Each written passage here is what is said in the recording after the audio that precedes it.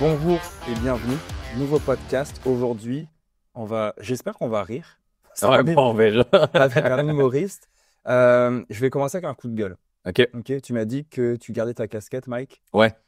Et j'ai quelque chose à dire à tous ceux qui ont la chance d'avoir des cheveux. Ouais, ça Si me vous fait chier. avez la chance d'avoir des cheveux, coiffez-vous, bordel, Ouais. s'il vous plaît. Ouais, Nous, ben on est là, là comme des chauves. En tout ouais. cas, J'ai les cheveux longs, c'est pour ça, ils sont pas placés. Je suis dû pour les faire couper. Fait ouais. que j'ai pris ma douche, je mets la casquette. C'est comme quand t'as pas la santé, que t'es malade, que t'as un petit rhume. Ouais. T'es comme, j'ai le rhume. Puis quand tu vas bien, tu oublies à quel point la santé, c'est important. Exact. Ouais. Quand t'as plus de cheveux, c'est là que tu réalises qu'avoir des cheveux, c'est important. Sur ce, pas trêve de plaisanterie, mais en fait, oui, petite trêve. Aujourd'hui, je suis avec Mike, mais avant, comme d'habitude, l'épisode est présenté par Céramique DF, donc notre commanditaire pour les épisodes. Merci Francis pour tout ça. Donc, besoin en céramique, rive sud de Montréal et Montréal. Merci. Et deuxième chose, studio Les Bunkers. Donc, ici à Saint-Hubert, où est-ce qu'on est? Il y en a plusieurs. Québec, Sherbrooke, Montréal. Donc, avec Olivier Lambert, qui a aussi le site La Tranchée, qui héberge d'ailleurs les formations en ligne que j'ai sur son site également. Donc, si jamais vous avez vous voulez jeter un petit œil sur les formations sur La Tranchée et les bunkers si vous voulez faire des vidéos professionnelles, des vidéos de formation, des petites capsules pour votre business ou peu importe. Clé en main en plus, ça c'est vraiment, tu sais, comme je te dis, c'est facile. Ben ouais, on dirait même qu'une fenêtre en arrière. Ouais, puis il n'y a pas de fenêtre, c'est un écran. Ouais, Imagine. super beau. Donc voilà. Mike, avais-tu quelque chose à dire pour commencer? Non, absolument pas. Moi, je suis content d'être là parce que je suis souvent invité à des podcasts, puis c'est souvent la même chose qui revient, c'est toujours les mêmes questions. Ouais. Fait que là, le fait que ce soit un podcast, ou du moins que tu parles plus de finances, je trouvais ça intéressant de venir discuter de ça. Fait que bien content d'être là. Bah, moi aussi, je suis très content. Je me suis pris des notes Ok. parce que des fois, j'oublie. Ouais. Et puis, donc dans le fond, toi, t'es humoriste temps plein? Ouais, humoriste en plein. Officiellement, depuis mon premier spectacle, ça fait 20 ans. Fait que j'ai 39 ans, j'ai commencé à 19 ans. Ah ouais. Fait que j'ai fait mon premier show en sortant du cégep, un endroit qui s'appelait le Comedy Zone dans l'ouest de l'île. Puis à l'époque, il n'y avait pas autant de soirées d'humour, mais tu sais, si on calcule du premier show jusqu'à aujourd'hui, ça fait 20 ans officiellement. Entre-temps, j'ai arrêté aussi 2 périodes pendant un an et demi chaque période. J'ai souvent été... En fait, quand je faisais de l'humour, c'était ça ma seule job. Fait que j'ai toujours gagné ma vie, puis on en parlera tantôt, mais à des niveaux différents. Gagner ta vie à 21 ans quand tu es célibataire, c'est pas gagner ta vie à 39 ans quand tu as 2 enfants puis une hypothèque. Mais j'ai toujours considéré que j'ai bien gagné ma vie dans les époques où j'avais besoin de juste travailler pour vivre seul ou en famille. Fait que ça fait 20 ans. Là, je fais ça temps plein. Je fais aussi de la radio à C'est quoi à Montréal pour l'instant. J'ai des collabs sur le web aussi avec des compagnies, des entreprises. Ta vidéo avec... Avec Couvre-toi. Ouais, là, que j'étouffe le boss. Ouais. J'ai Auto Triple V qui me commandite mon auto pour la tournée aussi. Je fais des capsules pour eux aussi. Je fais du corporatif. Mais ma job principale, c'est humoriste sur scène. Ouais. Moi, je t'ai vu une fois. C'est là que je t'ai découvert. Dans le fond, je pense que ça fait peut-être 1 an et demi, 2 ans. Ouais. Où est-ce que tu fais une impro, puis man, la répartie que tu avais, j'étais comme, comment tu peux... Sais-tu improviser? C'est de la vraie impro? Oui, ben en fait, là, c'est... Moi, ben tu sais, c'est pour ça que tu dis, tu me connais il y a 1 an et demi, puis des fois, tu es impressionné par la répartie. Ça fait 20 ans que je fais ça. Fait que avec le temps, tu t'habitues à apprendre à répondre vite. Mais il y a aussi le fait que la majorité des gens vont donner les mêmes réponses. Il y a des réponses qui reviennent. Fait qu'il y a des trucs, des fois, je t'avoue que j'ai déjà dit, là, mais 90% ça va être de l'impro. Ce qui arrive, c'est que j'ai commencé à animer au Bordel Comedy Club un peu avant la pandémie. 2017, je pense, j'animais au Bordel. Puis j'ai arrêté l'an passé ou l'autre d'avant là, parce que j'avais plus le temps à cause de la tournée. Mais quand tu animes au Bordel, tu es obligé de... Faire une impro? Ouais, ils veulent pas que tu fasses un numéro. Tu peux, là, mais il y a mieux qu'on discute avec la clientèle, pose des questions, d'où vous venez. Fait que moi, je suis arrivé là, j'avais jamais fait vraiment ça de ma vie. J'animais plein d'autres soirées d'humour, mais je me préparais des numéros. Fait que là, je me suis dit, OK, je vais faire comme ils veulent. Fait que j'ai commencé à parler. Au début, c'était pas si efficace, mais rapidement, tu commences à comprendre, OK, faut que je sois rapide, faut que je réponde quelque chose de quand même punché. Des fois, d'essayer d'être trop drôle trop rapidement, c'est inefficace. Fait qu'il faut que tu poses plus de questions, avoir plus d'informations pour revenir avec ça en joke. Fait que c'est comme ça que je suis devenu assez efficace. Puis c'est probablement grâce à ça que tu m'as connu puis plein d'autres personnes parce qu'avant 2022, je gagnais ma vie encore là en humour, mais pas le succès que j'ai en ce moment. Le web et les extraits de crowdwork que j'ai mis ont tout fait décoller. Là. Tu sais, on parle d'intelligence, il y a plein de formes d'intelligence. Ouais. Mais pour moi, d'avoir quelqu'un qui a une répartie de l'humour, pour moi, c'est une forme énorme d'intelligence. Ah ouais, OK. Tu sais, d'être capable de faire rire quelqu'un, de générer une émotion, positive, négative ou pas. Mais moi, ça m'impressionne. Quand je suis arrivé au Québec... T'es arrivé quand au Québec? En 2006, j'avais 18 ans. Okay. Puis j'ai appris le québécois avec l'humour. Parce que quand je suis arrivé au Québec, moi, j'avais jamais mis les pieds au Québec de ma vie. Je suis allé à l'école. Puis en France, on parle pas anglais. Vous avez des cours? On a des cours, mais c'est... Tu sais, mettons, ici, il y a l'expression yes, no toaster. Yes, no toaster. Bon, en France, un toaster, on sait même pas ce que c'est. On connaît yes, no, mais pas le toaster.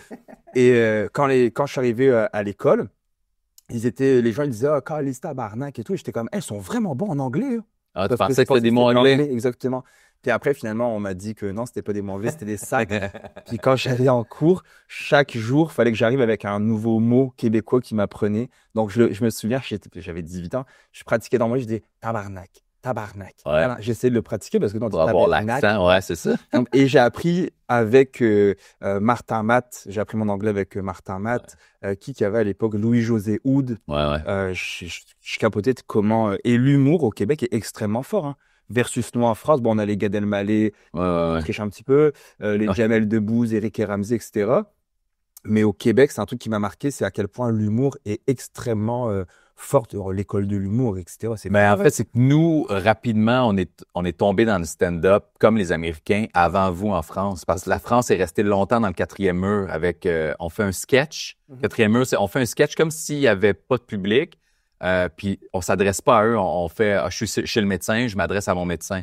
C'était souvent ça les sketchs de l'humour en France. C'est pas que c'est mauvais, c'est juste que nous on a maîtrisé le stand-up, on a décidé de changer au stand-up plus rapidement et de parler directement à la foule. Fait que je pense que c'est juste qu'on a un petit peu d'avance. Fait que c'est pour nous ça. On appelle ça. Mais maintenant vous êtes rendus là, les Français font plein de stand-up, il y en a plein là. Nous ça a démarré avec les one man show. Ouais. Qu'on appelle ça comme ça en France. Puis je pense que ça fait quand même ça fait pas si longtemps que ça versus vous. Tu sais, moi, je vois des numéros de Martin Matt quand il était avec ses pantalons de jean en cuir. Exact. Nous, on n'avait pas ça en France. Puis, comment il s'appelle le mec? J'avais vu son histoire, ça m'avait marqué aussi, celui-là, qui a voulu faire un numéro d'impro. Ah, Michel Courtemanche. Ouais, ça, c'est un truc de malade, hein. Ouais, Michel Courtemanche qui était une méga star mondiale, mais il parlait jamais. C'était beaucoup de gags physiques, là. Puis c'était un de mes idoles quand j'étais jeune, Michel Courtemanche. On essayait, on se disait, on peut faire rire sans parler. Fait qu'on on imitait le drummer quand il faisait ça. Yeah. Puis il a fait des tournées mondiales, mais je pense qu'il y a beaucoup de problèmes. Il y a une période de problèmes de consommation. Y a-tu problème de consommation? Non, je pense que c'est plus santé mentale, Michel. Je sais pas. Mais ouais, puis à un moment donné, il a essayé de faire un show complet d'impro en parlant, pas juste en personnage de je fais des sketchs, là, puis ça n'a pas fonctionné. Les gens se levaient puis quittaient. Je l'avais vu, il était passé à Tout le monde en parle. Puis il racontait, il montrait des extraits en plus. Sauf que le gars, il se met devant tout le monde. Puis son truc, c'est il veut improviser un spectacle, filmer, improviser.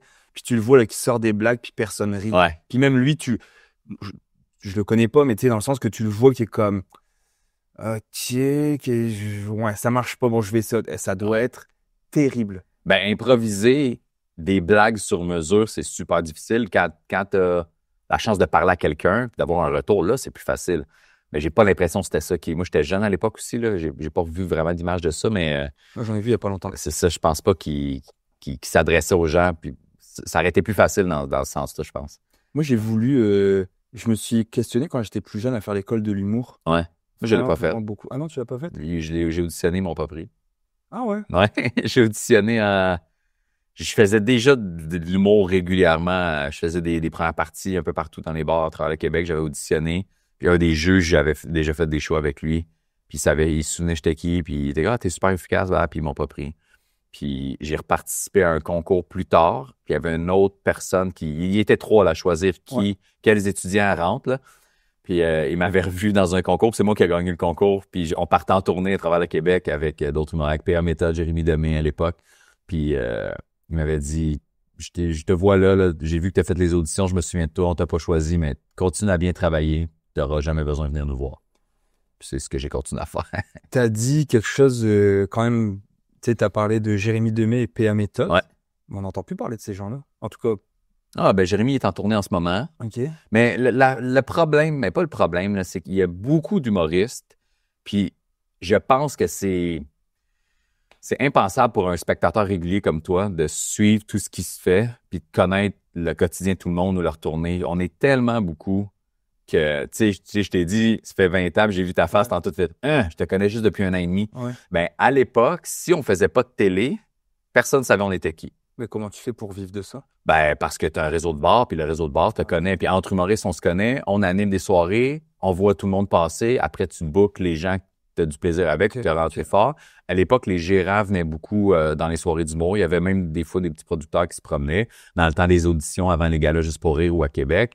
Ils allaient voir un peu ce qui se faisait, puis tu t'inscrivais aux auditions ou tu demandais d'être aux auditions pour les galas Juste pour rire, mais tu étais capable de vivre, dépendamment de ton statut, là, dans ce que tu avais besoin de monter à l'argent pour vivre, à faire juste des bars aussi. Fait que PA, moi, je l'ai connu dans les bars. Le PA, j'ai connu, personne ne savait c'était qui, mais c'était une rockstar à travers le Québec. C'était le headliner, le préféré de tout le monde. Il faisait jamais de rappel, mais il faisait 1h30 de show à la place de 45 minutes. Dans les bars? Dans les bars. C'était la folie, là. PA Méthode, là, avant qu'il soit connu par le grand public, nous, on le connaissait tous. PA, ça fait 25 ans qu'il fait ça, là, tu sais. Si c'est pas plus, même, là, mais... Est-ce que je trouve qu'il y a un très gros roulement, si je peux dire ce mot-là, un roulement dans les humoristes, où bah, là, maintenant, tu me prouves que non, parce que ça fait 20 ans que t'en fais, la méthode et tout, mais j'ai l'impression qu'il y en a beaucoup qu'on voit à un moment donné exploser sur la scène. À l'époque, ça a été Julien Lacroix, Rosalie Vaillancourt, comment il s'appelait l'ex qui fait du piano un petit peu, il était avec Rosalie Vaillancourt. Ah ouais. Son nom m'échappe. Antoine, non, je sais. composé. Ouais, oui. Ça. Je l'ai vu cette semaine en plus. Je sais exactement de qui se parle. Pierre-Yves Desmarais. C'est ça, Pierre-Yves Desmarais. Qu'ils ont explosé. Après, t'en entends plus parler pendant plusieurs mois, plusieurs années. Ils reviennent, tu sais, comme Louis-José Houd. Je le vois pas. Après, mais ces gens-là arrêtent jamais. Si t'es assez connu comme les noms que tu viens de me nommer, t'as le choix de faire. Est-ce que je me présente tout le temps dans des émissions de télé pour aller faire des entrevues ou faire des quiz? Okay. Est-ce que je mets plein de trucs sur le web? Ou je suis en tournée? Une fois que tu es en tournée puis que tu es connu puis que tu vends des billets, tu n'as pas tant besoin de faire de publicité. Pour quelle raison tu te ferais chier à être actif partout sans arrêt? Tu vas prendre du temps pour toi puis tu vas vendre des billets. C'est comme moi, j'ai la chance, là, je suis en rodage, mais on est sold out jusqu'au mois de juin. J'ai 2 dates pas sold out parce qu'on vient de les mettre en vente. Là. C'est un show par semaine? Des fois 2. Cette semaine, j'en ai 2. L'autre, j'en ai 3. Tu sais, ça varie. Là. Des fois, il y a 2 semaines pas de spectacle. Mais parce que là, je rode pour ma prochaine tournée. La première médiatique, c'est en novembre. Donc, d'ici là, c'est sûr que je vais publier des trucs sur Internet. C'est sûr que je vais essayer d'être actif. J'ai engagé une boîte de relations presse pour cet été, j'espère faire des talk shows, des salut bonjour, sucré-salé, ces choses-là. Mais une fois que la tournée va être partie, si les billets se vendent bien, je ne referai plus ça. J'ai pas besoin de ça.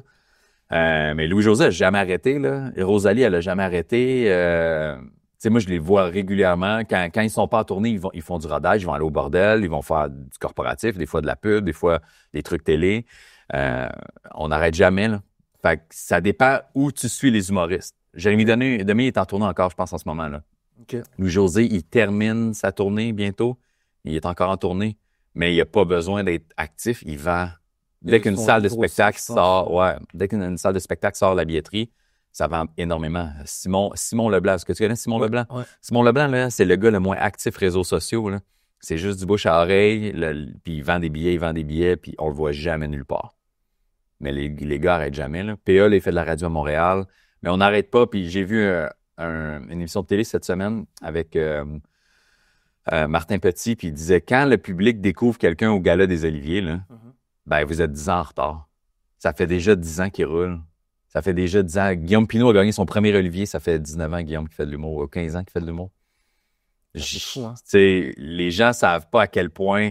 Parce que le public standard au Québec pense que si tu ne vois pas constamment partout, on n'est pas connu, on ne gagne pas notre vie, ce qui est complètement faux. Ben, moi, c'est ce que je pense. Ouais, complètement faux. Ah ouais? Ouais. Puis à l'époque, c'était plus vrai, par exemple. Aujourd'hui, beaucoup moins. Là. C'est plus facile. Tu sais, je prenais devant sur tes questions, j'ai déjà lu tes affaires que tu m'envoies. Ben, tu peux y aller, oui, mais, mais si je peux juste mettre la question, qu'est-ce qui fait qu'un humoriste va exploser d'un seul coup, tu sais, mettons, je prends toi, Ouais. l'exemple parfait. Tu me dis, ça fait 20 ans que tu fais de l'humour. Puis là, on te voit partout, les chroniques radio, etc. Ouais. Tu sais, qu'est-ce qui fait? Moi, c'est juste le web. C'est juste ça. J'ai commencé à mettre les extraits d'impro. Puis mes pages, je me suis créé un compte TikTok parce que ma fille était là-dessus. Puis je voulais surveiller parce qu'elle était jeune à l'époque. Ouais. Là. Elle a 15 ans, elle avait 10 ans. Là. Fait que, T'as une fille de 15 ans? ouais, ma fille a 15 ans, mon fils a 5 ans cette semaine. Donc, je voulais la surveiller. C'est juste pour ça que j'ai créé un compte TikTok. J'avais déjà mon Facebook, mon Instagram qui ne levait pas. J'ai commencé à publier des trucs. On était en pandémie. Fait avec mes enfants, des petits sketchs drôles, là, des petites niaiseries. Puis ça a quand même aidé. Mais soudainement, quand les shows ont reparti, là, j'ai décidé, hey, je vais mettre de l'impro. C'est ça que je fais. C'est ça que je fais sur scène. Je pense que je suis bon là-dedans. Puis là, ma page a passé de 300 abonnés à 5 000, 10 000, 50 000, 100 000 assez rapidement. Sur TikTok, ça? Ouais. OK. Là, j'étais à 115 000, mais tu sais, depuis 100 000, c'est plus long un peu, là. Mais ça a fait la même chose. Tout le monde délaissait Facebook, Instagram. Moi, je publiais aussi sur les autres plateformes. Fait que mon Instagram était à 3 000 abonnés. Là, il est à 25 000, mais en 2 ans, tu sais, j'aurais pu me rendre à 100 000, mais j'ai été à 3 000 pendant des années et des années. C'est long, Instagram. Ouais. Fait que ça monte constamment, ça monte encore. Mon Facebook, il était à 10 000 là, pendant des années aussi. Là, j'étais à 56 000. Fait que tout a monté. Puis j'ai plus de reach, si on veut, sur TikTok à cause des followers, mais les acheteurs de billets sont plus sur Instagram et Facebook. Quand je mets un lien dans ma bio ou dans une story Instagram pour des shows, je vois combien de personnes cliquent ou l'engagement ou un post Facebook avec « Hey, voici les dates. Si votre ville n'est pas là, écrivez-le, puis je vais essayer l'engagement que ça crée, puis je vends des billets ailleurs partout. » C'est ça le plus efficace. Fait que moi, c'est ça qui m'a fait sortir du lot. Là, à l'époque, c'était l'inverse. Il fallait que tu fasses de la télé ou des galas. Avant 2010, je te dirais, si tu faisais un gala juste pour rire, c'était super bénéfique, ça aidait ta carrière. Depuis, ben là, les gens écoutent de moins en moins de télé. Les gens aiment mieux aller se déplacer que de voir des galas. Il aime mieux voir un one-man show qu'un plein d'humoristes qui connaissent à moitié. Fait que ça a changé un peu. Mais c'est qu'on a tellement d'options aujourd'hui pour gagner notre vie. Si tu es travaillant, il n'y a pas de raison que tu sois pauvre, là. Tu sais, tu peux faire des bars, tu peux faire des bars. Tu peux animer des bars dans des soirées d'humour que tu peux te créer. Sinon, il y en a beaucoup, beaucoup. À l'époque, là, il y avait Québec, Drummondville, Saint-Lazare, Saint-Hyacinthe, Sainte-Julie où j'ai commencé. Il y avait à peine 10 soirées d'humour dans le Québec. Là, il y en a 10, c'est juste ça Rive-Sud. Okay. Fait que là, toutes les régions en ont. Fait que tu peux animer, tu peux faire des premières parties, tu peux headliner. Ensuite, tu peux faire du corporatif. Tu peux gagner ta vie sur le web. Moi, ma page YouTube est monétisée. Mon Facebook, mon Instagram sont monétisés aussi. Après, tu peux faire des festivals. Tu peux partir ton choix à toi. Tu peux... Il y a un agent? Ouais, là, maintenant, j'ai un gérant. Ouais. J'ai eu des périodes où j'en ai eu, où j'en ai pas eu aussi. Mais moi, je trouve que c'est beaucoup plus facile aujourd'hui qu'à l'époque. Puis je pense qu'il y a de plus en plus de comédie geeks, là, des gens qui aiment l'humour. Fait qu'il y a du monde que tu verras jamais de ta vie, puis qui vont quand même être capables de gagner leur vie parce qu'ils ont une niche ou ils ont un public qui les suit. Ça n'a pas besoin d'être beaucoup, là. Puis c'est parce que les gens ne comprennent pas, tu sais, les salaires de base, c'est pas faramineux. C'est pour ça que je te dis au début, je gagnais ma vie à 21 ans, je faisais 15 000 par année, puis ça m'allait, là. Ouais, c'est ça, il n'y avait pas de dépenses. J'avais les loyers à l'époque, là, je pense que mon 2,5 me coûtait 400, tout inclus, là. Fait que j'avais pas besoin d'un gros rythme de vie. Mais les salaires, là, je vais te dire pour les bars parce que ça n'a pas tant évolué avec les années, là, mais un animateur va gagner entre 250 et 450 pour la soirée. Ouais, un show de 2 heures. Une première partie va faire environ 125 150 dépendamment des régions, pour 15 minutes. Un headliner va faire 350 à 550, 600, dépendamment des endroits ou de ta notoriété. Puis ça, tu peux en faire, mettons, 2 par semaine, par exemple? Ouais, ça dépend là, parce que ça reste des saisons, c'est un peu comme des saisons scolaires. Fait que de fin janvier à juin, parce qu'après c'est l'été, les gens se déplacent moins, ils vont plus dans les festivals. Mais si tu peux en faire 2 par semaine, oui. Sinon, tu peux en faire 1 par semaine, tu vas tout faire les soirées. Fait que ça, c'est ta base. Après, si tu animes au bordel, les salaires du bordel, là, tu fais un 100 pour un 10 minutes ou 175 pour animer un show d'1h15. Mais tu peux faire 6 shows dans ta soirée ou tu peux animer 3 shows parce que tu peux pas animer 6, il y a 2 salles, là, c'est compliqué. Mais moi, j'animais là, des shows les jeudis, vendredis. Fait que j'en faisais 2 le jeudi, 3 le vendredi. J'allais jouer 6 shows samedi. Je sortais avec un 1000 quelques piastres là, dans ma semaine. Puis après, si j'avais un corpo, les corpos à l'époque, je dirais pas mon salaire d'aujourd'hui, mais en 2020, ça me coûtait, je chargeais 2000 $ pour un événement d'1 heure. en 2020.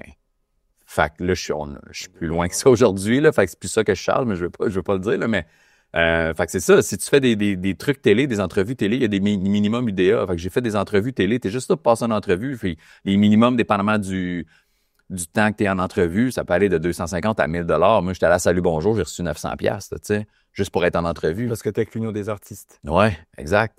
Ma page YouTube, c'est pas énorme. Là. Je pense qu'en ce moment, je fais 300 à 500 $ par mois. Facebook, Instagram, c'est là, je trouve que j'ai un 350 US. Là. C'est pas énorme, mais Donc, ça fait que j'ai pas, je sors pas vraiment d'argent pour la pub de ma part. Tu sais, c'est cet argent-là que j'utilise. Les shows après, si tu veux, si tu fais des festivals, ben là, tu as les minimums UDA à respecter aussi. Mais si tu fais des galas, vu que c'est télé, ben c'est souvent plusieurs milliers de dollars pour une performance de 8 minutes. L'inconvénient de ça, c'est qu'ils ont les droits de ton numéro pendant 5 ans. Fait qu'après, ils peuvent le repasser pendant des années. Toi, tu ne feras pas vraiment d'argent, là. Mais, donc, fait que tu peux très bien t'en tirer. Quelqu'un qui a un petit reach, là, peut se louer des salles de 100 places, vendre ses billets à 25 $ à chaque fois, puis faire, tu loues la salle, là, c'est souvent 500, 600, 700 $, faire environ 2000 $ par show. Si tu es capable de faire un spectacle par semaine, tu vas faire un minimum 2000 $ par semaine. J'avais entendu, c'est pas de là, mais il y a plusieurs années que quand Martin Matt a fait sa tournée, il avait réussi sur quelques mois à clairer en net, je pense que c'était 2 millions. Ah, ça se peut. Ça dépend de la quantité de billets que tu vends, là. C'était sold out partout. Puis c'est là où est-ce qu'il a fait sa dépression, à un moment donné, Martin Matt, comme ça se peut. Mais ça, il avait dit à une entrevue, tu lui, ou en tout cas, c'est Martin Matt, ça c'est sûr et certain, mais qu'il avait réussi, je pense que c'était 2 millions qu'à la fin, il y avait dans ses poches. Ah, ben, j'en doute pas, mais à l'époque, les tournées étaient beaucoup plus longues qu'aujourd'hui. Okay. C'était pas rare avant, les gros vendeurs de billets à l'époque, les Dion, Martin Matt, Louis-José, ils vendaient 200, 250 000, 300 000 billets. Mais ça, c'est 300, 350 dates de spectacle. Ils roulaient des shows. Jean-Michel Anctil, même chose. Il a vendu je sais pas combien de billets, puis je pense qu'il avait fait 4 ans de tournée, 5 ans. Là, peut-être je dis n'importe quoi, mais c'était des longues tournées de 3-4 ans. Aujourd'hui, on fait plus ça. Là. On fait du 2 ans de tournée, puis c'est assez. Fait quand on vend 100 000 billets, on est content, mais c'est vraiment... on a diminué parce qu'on a vu ces gens-là se brûler aussi un peu. Puis moi personnellement, j'aurais jamais envie de faire ça parce que je me tanne de mon matériel, je me tanne de répéter les mêmes choses. Ouais. Fait que... mais ouais, tu peux faire ça rapidement. Ça doit être tough, comme tu dis, de répéter la même chose, les mêmes jokes, soir après soir, avec la même intensité. C'est comme il disait... Céline Dion qui a fait son show à Vegas pendant des années, quasiment les mêmes chansons parce qu'il faut qu'elle fasse des chansons connues. Et ils changent de chansons, mais les mêmes reviennent souvent, soir après soir, pendant des années. Mais je pense que pour la musique, c'est différent parce que t'as la musique, t'as des instruments, t'as des musiciens avec toi, t'as une ambiance, tandis que parler, raconter des jokes, t'es tout seul, là. Ça, moi, c'est ça qui me tape un peu avec le temps, mais c'est pour ça que j'écris pas une ligne, un punch. Moi, je raconte beaucoup de trucs que j'ai vécu pour vrai et il est écrit mot pour mot. J'ai une version mot pour mot qui est jamais vraiment ce que je livre sur scène. Okay. Fait que moi, je répète à moitié. Souvent, là, si j'ai un spectacle, j'en ai un jeudi, là, puis vendredi, jeudi, ça va faire une semaine, je l'ai pas fait. Je vais écouter mon audio, mais je relirai pas mon texte. Okay. Ça fait qu'il est jamais pareil. Des fois, j'inverse des gags. Des fois, j'inverse dans un numéro des trucs. Puis les gens ne savent pas, mais moi, j'ai oublié ça, je reviens en arrière pour me garder un peu vivant, pour que ce soit encore la fun pour moi de le faire. T'as-tu déjà eu des bides ou des flops? Ça t'est déjà arrivé, mettons, un blanc que tu dis, ah merde, cette joke-là n'a pas marché? C'est un peu le principe du rodage. Ah oui, ben, rodage, ouais, c'est là, des fois, tu élimines des trucs qui ne fonctionnent pas, puis tu rajoutes des nouvelles choses, puis tu ajustes. Qui ne marchent pas, ben, ça arrive, mais tu sais, des fois... est-ce que tu l'enlèves parce qu'elle rit pas? Des fois, c'est juste que tu l'as mal livré et elle est mal écrite. C'est pas l'essence qui est pas drôle, c'est vraiment... faut l'ajuster, t'sais. Puis c'est ce que tu fais. Puis des fois, tu te rends compte, la joke marche 9 fois sur 10, puis à un moment donné, elle marche pas, mais tu l'enlèveras pas. Tu fais, la majorité du temps, elle fonctionne, fait que moi, je la garde, puis c'est ça qui compte. Un vrai flop, j'en ai vécu plus jeune, dans mes premières années, je pense, où tu essaies un nouveau numéro, puis là, tu te rends compte, il n'y a rien là-dedans qui est drôle. Puis là, t'es pas game de le refaire ailleurs parce que ça a tellement mal été. Mais oui, dans mes premières années surtout, là, je te dirais les 4 premières années, c'est là que tu apprends à te découvrir, tu apprends ce qui fonctionne, tu apprends à écrire tranquillement. C'est déjà arrivé. Puis j'ai déjà eu un gros flop en animation où je me suis fâché rapidement après quelqu'un qui dérangeait. Ah, OK. J'ai Ouais. perdu la sympathie du public au complet en 15 secondes, c'était terminé. Là. Qu'est-ce qui s'est passé? Ben, c'était au bordel en plus, puis quelqu'un à côté de la scène, très proche là, de moi, parle beaucoup, il est déjà sous, là. Parle, puis là, je fais « Hey, tu déranges un peu tout le monde, ce serait le fun, t'arrêtes de parler.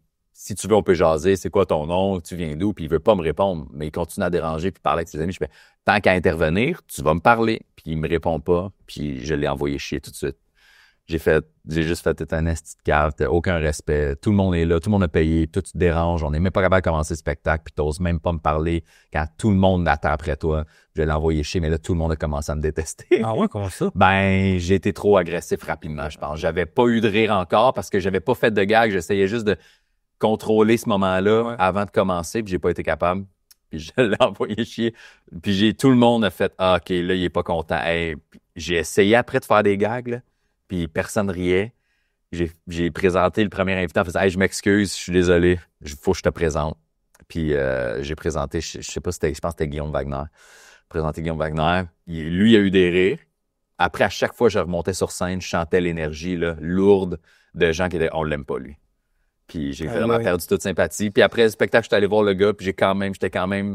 Hey, j'ai perdu la sympathie, puis j'ai pas fait une belle job, mais t'es un ton de marde pareil, puis je t'ai Puis j'y ai dit, puis le bar voulait le sortir, puis ça a été compliqué, ils l'ont pas sorti finalement, mais ils ont arrêté de servir de la bière, super désagréable. Et pour tous les autres humoristes aussi, mais les autres ont juste fait, bon, Mike a perdu le contrôle, fait qu'on va laisser faire, là.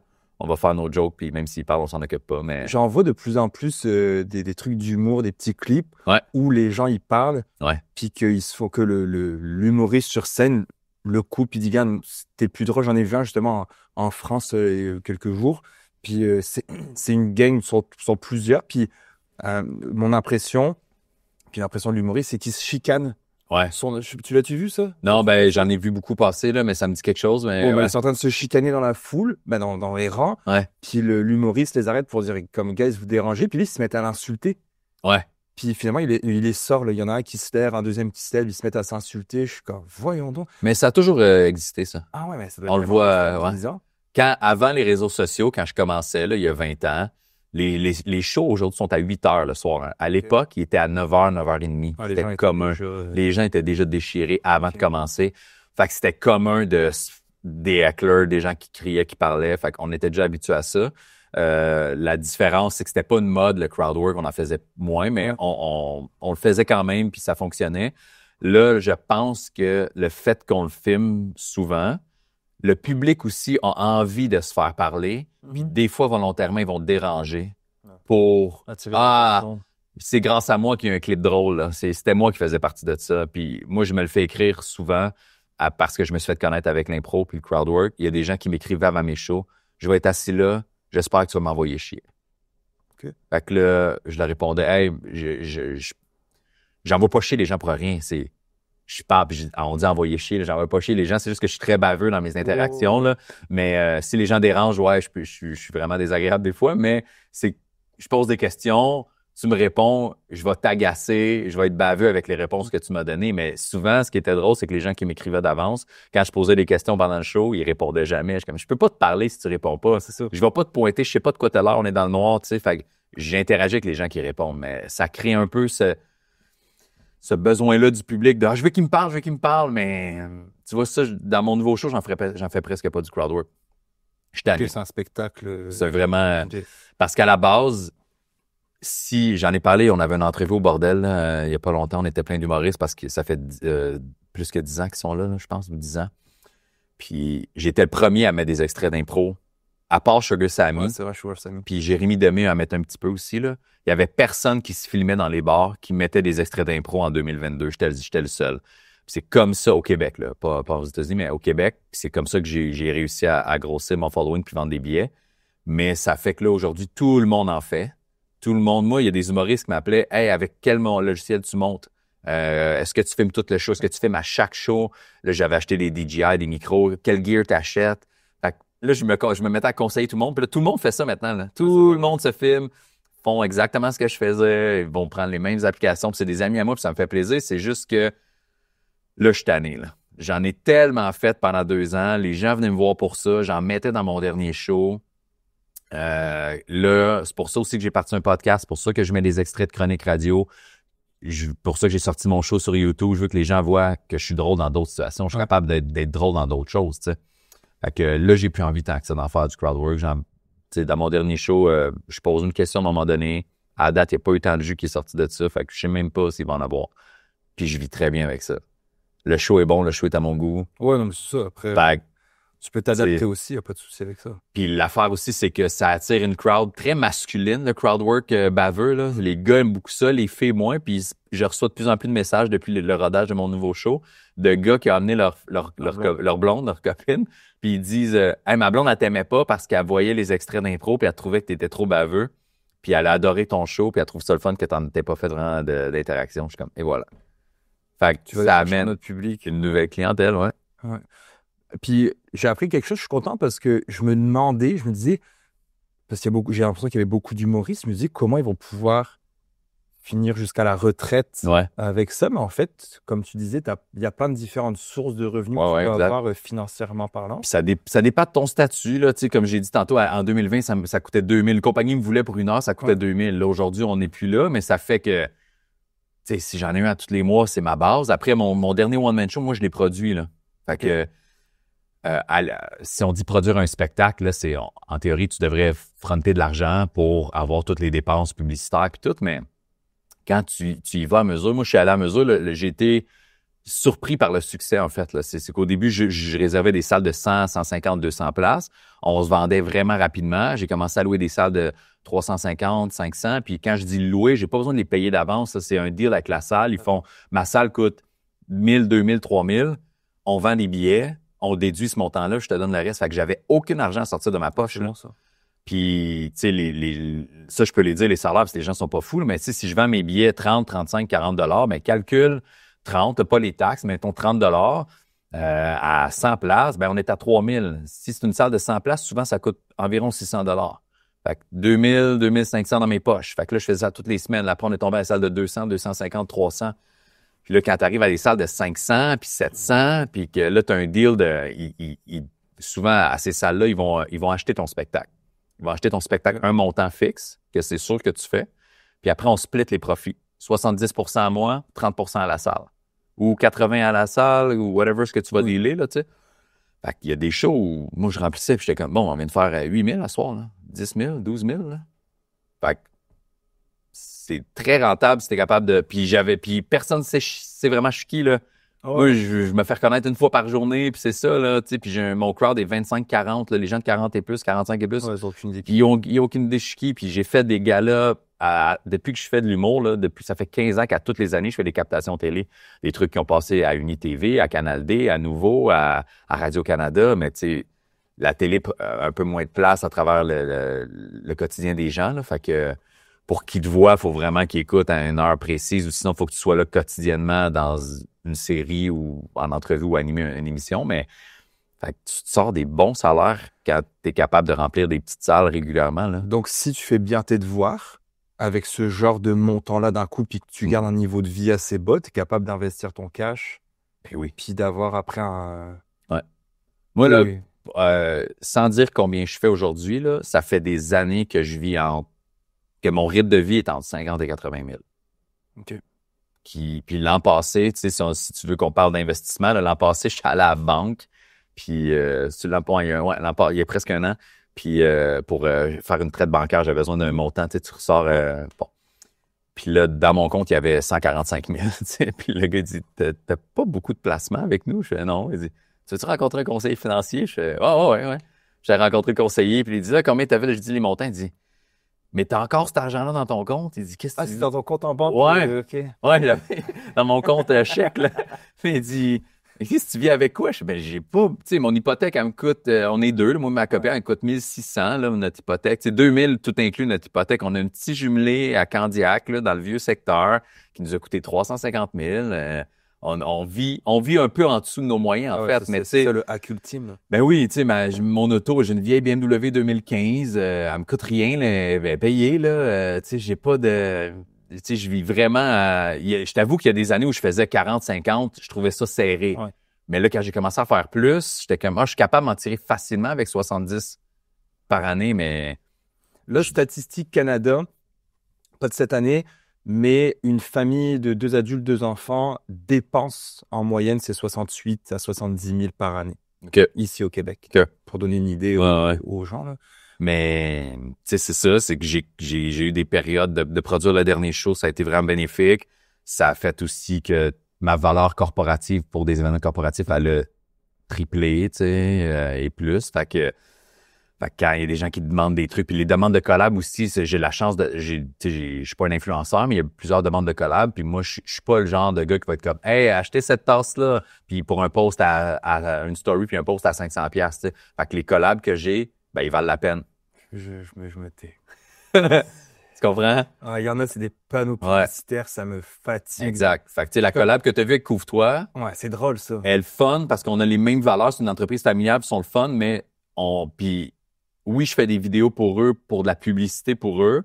Puis mais c'est pas un produit, genre, c'est pas une tasse. Ils font des toitures, c'est des gars, puis ils ont même pas besoin de ça. Là, ils sont loadés de clients. Okay. C'est juste qu'ils veulent. Ils voulaient faire d'autres choses. Je fais aussi des événements pour eux. Là. Bientôt, on a un événement bénéfice. On fait un match de basket avec des humoristes, des influenceurs, des gens de la radio pour donner Enfant Soleil. Mais c'est une collab, genre, on s'amuse ensemble. Je fais des vidéos drôles pour eux. Eux, ils sont contents. Ça rend leurs réseaux sociaux actifs. Ils continuent à faire des toitures. C'est de la visibilité. C'est de la visibilité, tu sais, c'est ça. Ils sont super fins. Eux, à chaque année, ils donnent des toitures gratuites. Ils vont voir... puis la personne ne le sait pas, là, c'est des références d'entourage, puis ils arrivent un matin chez quelqu'un en faisant « On sait que ta toiture est due. Aujourd'hui, on t'envoie au spa avec des collaborateurs. Là, ils ont des partenaires. Spa, massage, cinéma, restaurant. Ce soir, ta toiture est finie. » Ils font ça gratuitement. Fait que c'est pour ça qu'on embarquait ensemble. Fait que, mais oui, l'argent vaut la peine, mais les gars sont le fun. Oh, bien sûr. Sinon, je l'aurais pas fait. Auto Triple V, qui est comme commanditaire de tournée. On fait des capsules aussi. Eux, ils font un seul service, c'est qu'ils achètent ton véhicule puis ils le vendent à des concessionnaires. Ils font pas de transactions particulières. Là. Ils achètent un particulier, mais ils le vendent aux concessionnaires. Mais eux, j'avais la même vibe avec eux. C'est 2 personnes. Christine Simon, super gentille. Hey, on veut des vidéos, puis on veut une collab qui reachait sur le web, mais on est déjà dans le jeu, mais on fournit un véhicule, puis cool. C'est très rare que... C'est-tu toi qui avais scripté le truc avec Couvre-toi? Ouais, c'est moi qui ai scripté tout. Là ils m'ont envoyé des nouvelles idées de pub, qui sont vraiment drôles. Là. Souvent, tu sais, les idées du monde sont moins bonnes, mais eux sont bonnes. Okay. Puis ils ont une équipe de prod pour filmer, fait que ça sera pas filmé au cellulaire tout le temps, là, mais c'est ça fait que tu peux aller chercher du revenu partout, tu sais. C'est pas... Puis je t'avoue que même si je vais donner un autre exemple. Tu sais, mettons, je te parle du montant corpo que je valais à l'époque puis que je vaux là aujourd'hui. Je pourrais charger moins cher puis en faire beaucoup plus si je voulais. Je sais qu'il y a des humoristes plus connus que moi qui chargent moins cher que moi parce que... je vais te l'expliquer clairement. Là, j'essaie de le phraser comme il faut. Moi, les gens savent pas je suis qui. Je coûte un certain prix, mais les gens qui m'achètent mon show en corpo, c'est souvent les RH ou le boss qui me connaît. Ils trippent sur moi, ils m'engagent, mais pas sa clientèle, mais ses employés, souvent, il y en a plus que la moitié qui savent pas je suis qui. Fait que t'arrives quand même avec « faut que je fasse mes preuves, faut que je leur prouve que je suis drôle puis je suis le fun, puis on veut qu'ils s'amusent quand même. » Ça fait que des fois, tu arrives dans un souper, puis t'es après le souper, puis les gars sont sous, puis ils savent pas t'es qui, puis ils veulent juste interagir, puis c'est super difficile. C'est pour ça qu'avec le temps, t'as une certaine valeur que tu ajoutes à tout ça, parce que j'ai de l'expérience, je suis efficace, mais me ferai pas chier pour 1000$. Ouais. Mais à l'inverse, c'est des humoristes super connus qui chargent moins cher, parce que eux, quand ils arrivent, tout le monde fait « Hey, c'est lui! » Fait qu'ils sont gagnés d'avance, ils ont du fun. Fait que les autres font, hey, moi, je vais charger moins cher, mais je vais en faire le double par année. Fait qu'il y a des gens qui peuvent faire 200, 300 000 par année juste de corpo. Alors que toi, quand tu fais des spectacles, les gens achètent tes billets, ils savent quitter. Exact. Fait que moi, je mise plus là-dessus, tu sais. Puis après, c'est des bonus, les événements corporatifs qui arrivent. Puis ça me fait plaisir de les faire. Puis s'ils veulent payer ce montant-là pour m'avoir, ça me fait plaisir. Des fois, ils négocient. Non, il va pas à ce montant-là. C'est tout. Puis là, maintenant, si je refais la bifurcation, là, t'es rendu que t'investis? Oui, c'est ça. L'an passé, quand j'avais... T'as dit, t'as 150 000 sur le compte. Fait que là, j'avais déjà cotisé à mon CELI, mais là, il n'y avait plus rien dedans. Fait que j'ai toujours mis des REER. Rapidement, ma première job, une de mes premières jobs, ça a été au Sport Expert à Belleuil, au centre d'achat à Belleuil à l'époque. Puis mon compte était à la RBC. Puis j'avais une petite paie régulière de 500-600 peut-être par semaine. Puis la fille de la caisse, la banque m'avait dit, tu devrais mettre juste 50 par semaine dans un REER. Ouais. J'étais comme, OK, cool. Fait que j'avais commencé ça sans toucher à ça. Puis ma première maison que j'ai eue à 24 ans, ben j'ai pris cet argent-là parce que je savais même pas... on est arrivé à la banque, moi, je faisais pas un gros revenu, tu sais, à l'époque, mais la mère à ma fille faisait un très bon salaire, puis elle voulait une maison, fait que elle avait pas d'argent de côté, mais elle avait un bon revenu. Moi, j'avais pas un bon revenu, mais de l'argent de côté. Fait qu'on a pu mix and match, puis se payer une maison, tu sais. Puis après, même si ma maison là que j'ai rappé une deuxième fois parce que j'avais tout remboursé mon REER. J'avais été locataire pendant 5 ans, fait que tu peux rapper une deuxième fois. Ouais. Fait que j'ai fait ça. Ça, c'était la base. Je mettais pas énormément, mais là, dans les dernières années, c'est ça, j'avais accumulé plein d'argent à mon compte. Fait que j'ai loadé mon CELI au complet, là. Fait que là, j'avais réaccumulé du REER que je mettais, tu sais, 200, 250 par semaine, peu importe, là. Puis là, CELI, j'avais rien dedans. Il disait, hey, là, tu peux cotiser, t'as les moyens pour cotiser les deux. Je suis comme, combien on peut mettre dans CELI? Il était comme, tu peux mettre ça? Je suis comme, 100 000 dans CELI, let's go. Puis le reste dans le REER, j'ai gardé des trucs de côté aussi, puis il y a d'autres argent qui est rentré. Fait que, mais ça m'a donné une belle autonomie de, là, mon rythme de vie est beaucoup plus bas que ce que je gagne. Tu sais, ça a fait, notre maison, il fallait rénover tout l'extérieur, le revêtement extérieur, porte patio, porte avant. Ben, j'ai pu le payer cash, là. Ouais, c'est ça. Ouais. Tu sais, on a pu faire, ça coûte 28 000. Et voilà.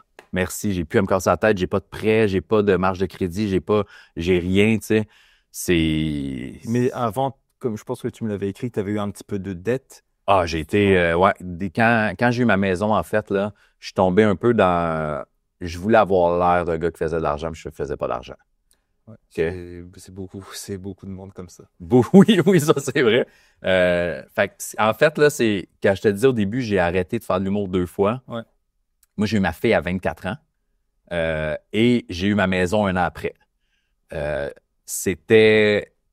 Tu sais, j'ai commencé à faire de l'humour à 19, là, fait que de 19 à 24, normalement, ça aurait dû fonctionner plus rapidement pour moi de faire des galas, me faire un petit peu plus connaître rapidement, puis c'était pas le cas. Fait que je gagnais ma vie à mon goût, mais j'étais tout le temps d'un bar, fait que je revenais super tard. Là, je l'ai dit tantôt, les shows commençaient à 9, 9h30, je revenais tout le temps tard.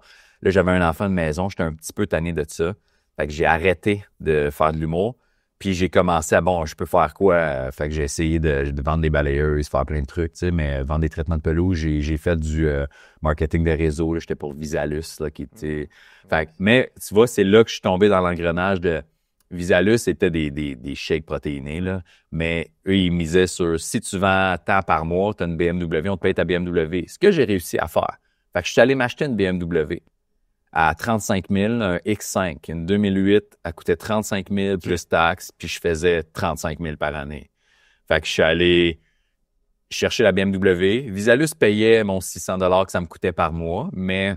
Paye pas l'entretien. Paye pas l'entretien, paye rien. Après 6 mois, je pense que j'étais tanné d'être dans Visalus. Fait que là, les montants descendent, tes reps en dessous de toi travaillent plus. Fait que là, ils te payent plus 600 par mois. T'as plus de revenus qui rentrent. Fait que je me suis trouvé un autre job, là, mais j'avais encore la BMW, là, avec les assurances, les plaques. Puis il y a un moment où le starter a brisé, c'était 1500 chez BMW. Starter brisé, toit ouvrant en bloc, tu sais, genre ball joint, plein d'affaires. Je me ramasse un jour à avoir mis 2-3 000 de réparation. Là, j'entends des bruits, il marche plus, l'auto démarre plus. J'amène ça chez le concessionnaire, 7 000 $.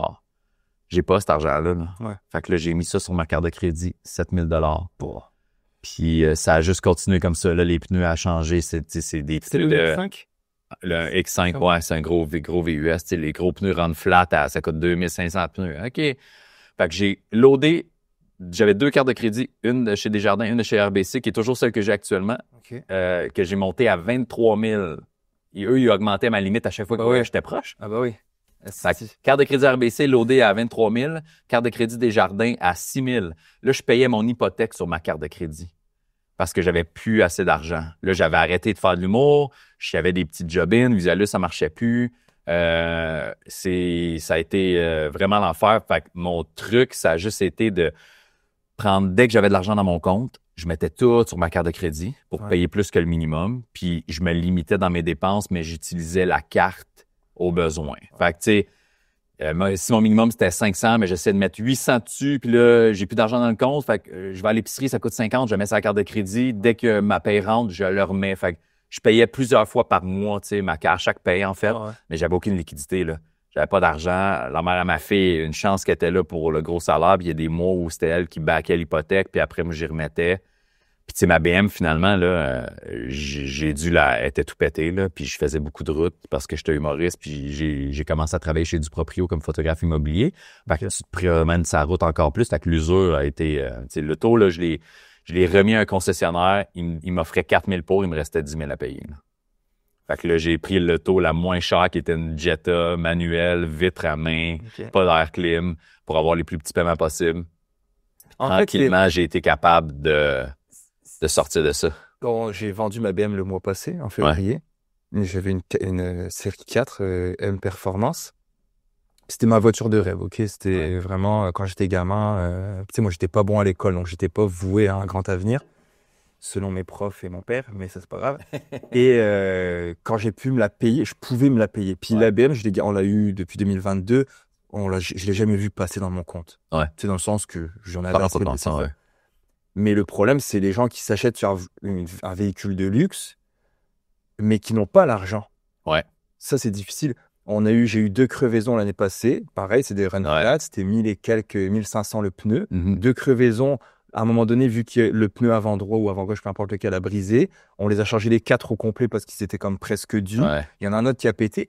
Et à un moment donné, tu te dis, attends, les 2 suspensions en avant, il a fallu les changer. C'était 4500 pièces. Ouais. Les freins, faut les changer. C'est pas des freins quelques centaines de dollars. Le vidange d'huile, c'est pas, je sais pas combien ça coûte les autos, mais c'est pas 80 ou 100 dollars. Non.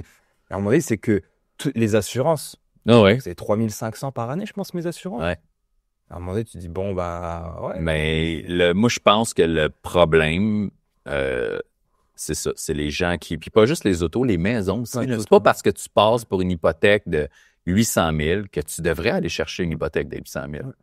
Mais il y a une période de ma vie où je pensais comme ça, plus jeune, c'était ça. Tu sais, j'étais avec quelqu'un aussi en couple qui était... Le paraître était très important. Là. Fait que la belle auto, on avait un petit jumelé à Belleuil, mais il était neuf. Fait que c'était important le neuf. Fait qu'on paraît bien. On a une maison neuve, on a des autos neuves, on a des beaux vêtements neufs. Puis moi, je suis zéro matérialiste, je m'en fous, là.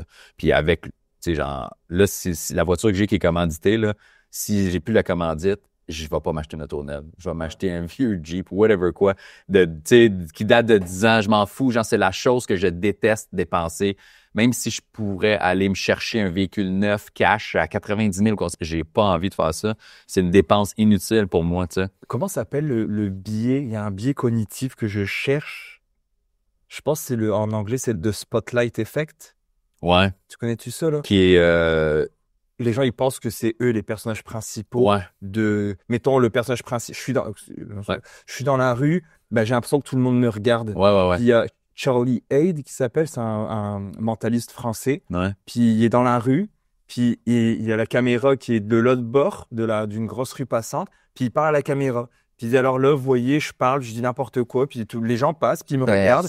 Mais vous voyez, rendu 3 mètres plus loin, ils se souviendront pas de moi. Ouais. Et t'as l'impression... puis moi, je l'ai vécu quand j'étais plus jeune. Moi, c'était pas le paraître, mais je voulais être riche. Je me disais, l'argent, c'est important. Je veux prouver. Moi, c'était plus prouver. Et là, tu arrives avec ta BM au feu rouge. Puis là, tu regardes. Oh, c'est une petite pitoune à côté. Ah, c'est un gars. Il me regarde. Qu'est-ce qu'il pense de moi? Tu penses, je pense qu'il va penser que ce gars-là, il a une BM. Donc, d'après moi, les gars, tout le monde s'en fout. Lui s'en va. Il travaille avec ta petite BM. Mais là, tu vois ça à plus petite échelle. Les gars qui ont encore des Civics montés avec le désastre qui fait du bruit. Puis la musique, t'es comme, hey, à la limite, tout le monde se fout de ta gueule. C'est ça. Ouais. Mais lui, dans sa tête, il est comme, ah ouais, il me regarde parce que je suis cool. Puis il pense que je fais de l'argent. Non, puis tu le vois dans les commentaires TikTok aussi. Des fois, là, dans des vidéos de gens de finance ou non, là, mais tu fais des commentaires. Dépendamment de l'extrait que tu vas mettre, là, si je dis tantôt, là, tu mets l'extrait de c'est 100 $ en 10 minutes, tout t'en as qui vont faire hey, fait que tu fais 100$ pour 10 minutes. Moi, je suis à 25$ de l'heure. Ouais. Puis à l'inverse, il va faire si tu fais juste 2 jours par semaine, tu dois être pauvre. Mais tu connais pas la quantité que je fais, tu connais pas. Ça, c'est un bout que tu vas mettre dans l'extrait, puis là, tu vas avoir les commentaires de c'est tous des estis de pauvres ou c'est tout, voyons donc, ils sont tous millionnaires. Tu sais, t'as les deux, là. Ouais. Puis là, le danger, je pense que les gens ont tellement peur de se faire critiquer. Fait que t'es mieux de faire critiquer pour avoir l'air riche que d'avoir l'air pauvre. Fais-tu bâcher beaucoup sur les réseaux sociaux, pas tant? Ah non, pas tant. Plus au début, là, les extraits d'impro, beaucoup, là, ça attire un petit peu de monde qui était comme, ah, t'es désagréable, puis t'es pas fin, puis j'étais comme, mais viens. Puis là, les gens pensaient que je faisais 1 heure et demie de crowdwork aussi, là. OK. Je suis comme, Ouais. tu sais, ce que je mets, là, Ouais, dans mon dernier show, c'était 3 moments de crowdwork. OK. Fait que c'était 7 minutes totales sur un show d'1 heure et demie. Ouais. Mais à chaque show, c'est des interactions différentes. Fait que je mettais ça parce que tu brûles pas de matériel, tu sais. Mais le monde, ouais, je me faisais envoyer promener un peu.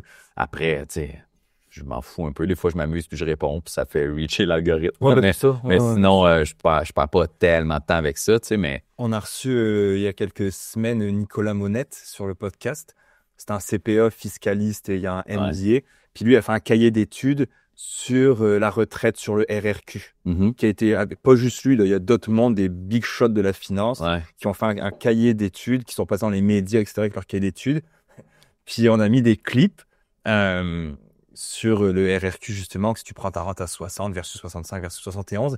Puis lui, il dit des choses factuelles. C'est pas une opinion. Il dit, si tu prends ta rente, si tu fais $1,000 par mois, puis tu la prends à 60, il va te rester, t'auras 360 Ouais, par c'est mois. calculé d'avance, hein, ouais. Puis les commentaires. Ouais. Puis hier, justement, mon Zachary, un de mes employés, m'a écrit pour dire, il dit, ça me rend triste que les gens, ils commentent du négatif. Puis la fille est comme, je suis vraiment pas d'accord avec toi. C'est comme Louise. C'est un fait, ouais. C'est pas une opinion. Ouais.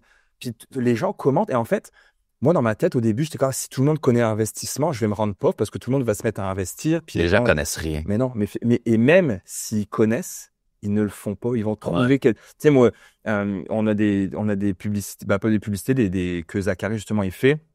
C'est un B-roll, donc une vidéo de moi en arrière. Puis il est marqué, si tu investis 300 par mois à 8%, tu auras dans 5 ans, dans 10 ans, dans 15 ans. Puis après, il a fait pour 300 par mois, 400 par mois, 500 par mois. Puis les gens commentent, c'est pas vrai. Je suis pas d'accord. Défoncé. Mais c'est 8% ridicule. Mais je suis comme, va sur Google. Juste sur Google, quel est le rendement de la bourse? Combien mon CELI a fait l'an passé? Attends. Je sais pas. Attends, je vais te dire. C'est parce que je l'ai vu, j'étais comme, ah, OK. Tu l'as placé dans quoi? Ah, je sais plus, là. Attends, je vais te dire ça. Je sais plus, il est placé dans quoi. Je sais que c'est mon CELI qui est plus à risque. J'ai plus d'actions dans mon CELI que dans mon REER. Mon REER est assez balancé. OK. Puis mon obligation. Ouais. Puis mon CELI est plus à risque. Comme là, j'ai appelé mon conseiller cette semaine. J'étais comme, hey, tu sais, la bourse va semi-bien. On met-tu du cash, tu sais? Puis il était comme, ouais. Puis là, je pensais dans mes REER. Il dit non, c'est ton CELI qu'on peut prendre plus de risques. Fait que rendement, c'est-tu là, je vois? Dans la dernière année, 14,82 %. Ouais, mais la bourse, c'est pas possible qu'elle fasse ça. C'est sûr que tu mens. Les gens vont te dire, non, mais je peux pas regarder parce que je sais que c'est pas vrai. Tu sais, tu dis ça aux gens. Moi, j'ai fait 26, je pense, l'année passée, quelque chose comme ça. Puis, moi, tu sais, mes comptes sont publics, là, je partage et tout. Mais les gens, c'est sûr qu'ils pensent que je mens. Il y en a beaucoup qui me disent que c'est pas posé. 8%, montre-moi ça. Puis je suis comme, yo, va sur Google, fais juste taper. Et là, il y a des gens qui vont dire, le S&P 500, le Nasdaq. Non. Moi, je suis même pas là-dedans, je pense, en plus. Tu peux avoir probablement que tu as un fonds international, fonds émergent, un petit peu d'US, un petit peu de Canada. C'est quelque chose de même. Puis le matin, mon REER, il est à combien? REER, j'ai pas tant dedans. Regarde, on va savoir. 1 an, 12% à mon REER.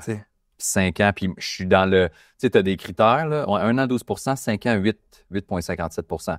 Puis c'est ça, je suis pas dans le... Tu sais, tu as le très, très conservateur, tu as l'autre, puis après, tu en as 2 ou 3 autres, là, tu sais, plus risqués. Ça dépend, le petit... Ouais, mettons sur l'échelle, moi, je pense que j'étais au 2e ou au 3e, là. Je suis relativement safe, là, fait que... Puis, tu sais, tu me parles de risque. Est-ce que tu savais que le mot risque n'est pas le même en investissement? Ça veut pas dire la même chose. Non, ouais, OK, vas-y. Par exemple, ma fille va traverser la route en courant. C'est risqué. Mais en investissement, quand on dit le risque, en fait, le mot risque égale volatilité. Ah ouais, OK. Donc, en fait, c'est pas vrai que tu peux perdre ton argent. Ça veut pas dire risquer, je vais perdre tout mon argent. Ça veut dire risquer, un profil de risque va être une volatilité plus accrue. Donc, c'est-à-dire que si tu as besoin de dans ton CELI l'argent l'année prochaine, automatiquement, on va pas te mettre dans un truc risqué, c'est-à-dire volatile, parce que tu vas acheter, je sais pas, l'année prochaine, tu dis je vais mettre un cash down sur un bloc. Ben non, on va pas te mettre dans un truc volatile parce que si l'année prochaine, tu es prêt à acheter ton bloc, mais que la bourse est à moins 30%, tu vas avoir perdu. Mais sur le long terme, historiquement, j'ai vu des capsules de fait, mais je le savais déjà aussi. Là, c'est toujours... C'est pour ça que quand j'ai commencé à faire un peu de sous, j'étais comme, c'est pas stressant sur le long terme. Faut que tu dézoomes. Par contre, beaucoup de médias, ça prend des clics, on le sait, tu sais, Ouais, ouais. comme nous, on fait de la création de contenu les deux. Ouais. Faut que tu génères quelque chose à la personne. Si tu fais juste raconter des jokes pas drôles, tu n'auras pas d'engagement. Exact. Si tu parles de sujets où est-ce que, tu sais, ils appellent ça l'incitation à la peur, Mhm. ou l'aversion à la perte, qui a un biais cognitif aussi, bah, l'aversion à la perte est beaucoup plus importante que le gain. Ouais. Quelqu'un qui va perdre $100, c'est beaucoup plus intense pour lui de perdre $100 que de gagner 500. Ouais, ouais. La durée de l'émotion est beaucoup plus longue avec l'aversion à la perte. Donc, automatiquement, faut créer de la peur, faut dire que le mot risque, faut dire que Ouais, tu ouais. vas perdre ton argent. Là, on le voit avec la politique, avec Donald Trump, avec les déficits records. Ça prend faut que tu cliques. Ouais. Faut que tu cliques. Tu lis pas l'article, on s'en fout, mais il faut que le gros titre te fasse cliquer parce que c'est comme ça que les médias fonctionnent. Et là, avec la finance et l'investissement, c'est la même chose. Faut faire peur aux gens. Faut que ce soit des journées rouges. T'entends pas parler des bonnes journées, mais des journées rouges, si tu les Ouais, entends. ouais, ouais, c'est vrai. Donc ça, c'est un peu le problème. Je rebondis de ce que tu en parlais de finance, un peu de dette tantôt. Ouais. Est-ce que dans le milieu de l'humour, les gens, il y a beaucoup de paraître justement qui veulent Moi, je pense que là, il y a un danger. Parce que je te disais aujourd'hui, il y a plein d'humoristes que personne connaît qui gagnent bien leur vie. Là. Puis il y a une phrase que, je sais pas si c'est dans le milieu qu'on dit ça, mais on a une couple d'humoristes à se le dire, c'est qu'il n'y a jamais eu autant d'humoristes de la relève avec des Tesla. C'est que les gars, personne ne sait c'est qui. Ils vont s'acheter des Tesla.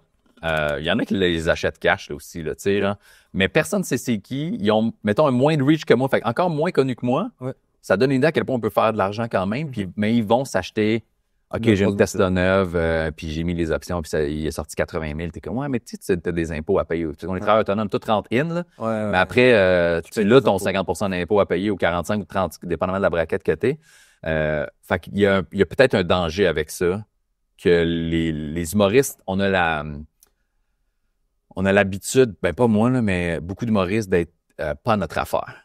Fait qu'on se rend, tu sais, puis je le vis là pour organiser la game de basket bénéfice. Là.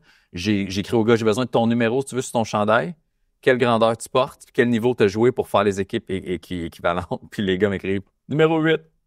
OK, quelle grandeur? T'as joué quel niveau? Ils sont tout croches, les humoristes. Ouais. Des fois, là, puis pour avoir booké des soirées d'humour que j'animais, le jour même, tu réécris à tout le monde. Hey, ce soir, soyez là une demi-heure d'avance. Hein, je savais pas que je t'ai booké. Hey, man, ça fait 3 mois que je t'ai booké. Ouais. Ils sont pas à leur affaire. Pas tout le monde, mais beaucoup. Puis là, à cause des réseaux sociaux, on est capable de reacher. On a des collabs, puis on remplit nos salles. Fait qu'on les gars commencent à faire de l'argent, s'achètent des bébelles, des cadeaux, des affaires qui coûtent cher. Est-ce qu'ils sont tous à leur affaire? Je pense pas. Je pense pas.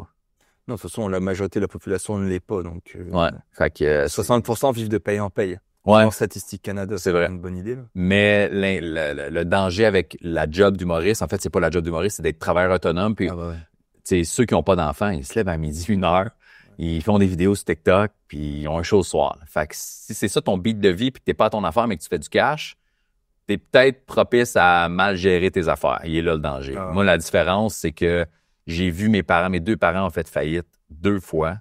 J'ai entendu mes parents parler. Quand j'étais jeune, c'était tout le temps, on est dans le rouge. Puis, tu sais, mon père était militaire, ma mère avait une garderie. Ma mère, dans les années 90, faisait 55 000, 60 000 par année. Puis mon père était dans l'armée à plus de 100 000 par année. C'était illogique qu'il fasse faillite. Il n'était pas capable de gérer. J'ai pas toutes ces infos-là, mais incapable de gérer l'argent. À ce jour, ma mère et mon père est décédé, mais elle ne sait pas où passait l'argent.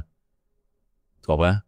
Mais est-ce que quand tu étais gamin, vous aviez un rythme de vie On avait une petite maison à Otterburn Park qui avait coûté 90 000. Ma mère s'en souvient. 90 000 en 1990. Les taux d'intérêt, oui, à 15 là, mais quand tu fais, à l'époque, 150 000 et plus, tu devais être capable d'arriver. Je sais pas. Après, mes parents sont séparés. Ma mère a perdu sa garderie, puis mon père payait pas de pension. Cette partie-là, j'étais adolescent, on mangeait dans des sous-sols d'église. Là. On allait chercher notre nourriture dans les restaurants d'épicerie. Là, les paniers alimentaires. Mais mon père était plus là, il payait pas, il aidait pas personne. Puis ma mère était sur l'aide sociale avec 4 enfants. Fait que ça, c'est la période. Mais moi, j'étais le plus vieux, fait que j'étais le seul à être conscient de ça. Mes sœurs, non, mon frère, non, sont plus jeunes. Mais moi, d'avoir vu ça, quand j'ai quitté la maison à 18 ans, je me suis toujours dit, je serai jamais dans la merde. Fait que j'ai travaillé, j'ai tout le temps, le peu d'argent que je faisais à l'époque dans le magasin de sport, je travaillais 600 par semaine, mais c'était en masse pour moi parce que mon loyer me coûtait 400 tout inclus par mois. Fait que j'économisais, je payais mes autos cash. J'achetais une petite Honda, elle coûte 3 000, je la payais cash, je voulais pas de dette. Jusqu'au moment où je me suis endetté avec la BMW, mais je voulais pas faire faillite. Je savais ce que ça impliquait comme à ton nom avec le crédit, tout ça. Fait que j'aimais mieux, là, payer ma carte de crédit plus, puis être serré jusqu'à temps qu'elle soit clairée. Quand j'ai clairé la première rue des Jardins à 6 000, j'étais content, là. Puis après, je baissais. Nous, on a vendu notre maison quand moi puis la mère à ma fille, on s'est séparés, puis on l'a vendu pas à perte, là, mais on l'a payé 250 000, puis on l'a vendu 260 avant notre terme. Fait qu'on a juste retrouvé le peu de mise de fonds qu'on avait mis, même un peu moins. Fait que ça m'est revenu, je pense, un 10 000, puis je l'ai tout mis sur ma carte de crédit. Fait qu'après ma vente de maison, j'ai plus de dette. Fait que j'ai jamais fait de faillite. Mais tu vois, aujourd'hui, ça fait que j'ai la même carte de crédit RBC depuis. Là, j'ai une limite de 50 000, mais il y a 1000 pièces dessus, là. Puis je la paye à tous les mois. Fait que mon credit score, là, je pense que je suis rendu c'est sur 300, là, quelque chose comme ça. 300 à 800. Bon. 300 900. Bon, c'est ça. Je l'ai checké l'autre fois, je pense que j'étais à 875, là, tu sais. Le maximum, c'est 900. Ouais, c'est ça. Fait que j'étais comme, wow, tu sais, ça a été bénéfique d'avoir un peu de misère, pareil, puis de bien payer, mais j'ai vu mes parents être dans le trouble. J'ai comme, je veux pas vivre ça, je veux pas que ça me nuise, je veux pas que ça nuise à mon dossier de crédit, que je sois pas capable d'acheter une auto ou d'emprunter quelque chose, d'avoir un loyer. Ça te fait quoi d'avoir... Parce que bon, maintenant, tu fais un super bon salaire, etc., tu sais, mais je savais pas que tu avais vécu ouais, ça. J'en parle dans le nouveau show. Le nouveau show, il est très...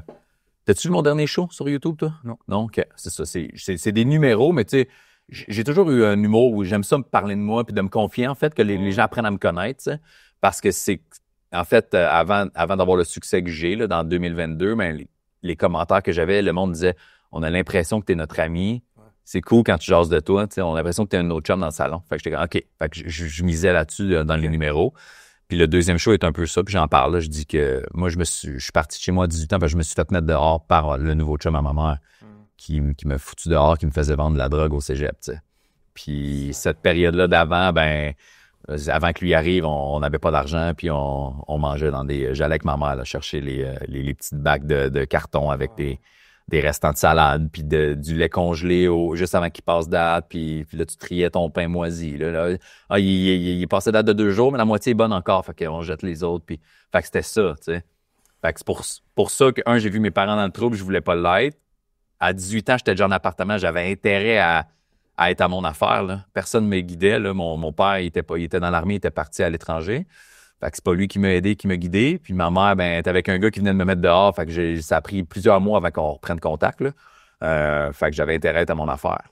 Pour pas me retrouver dans la rue. Fait, je l'ai pas vécu, ça, mais. Parce que là, tu étais en conscience de comprendre que vous viviez pauvre, là.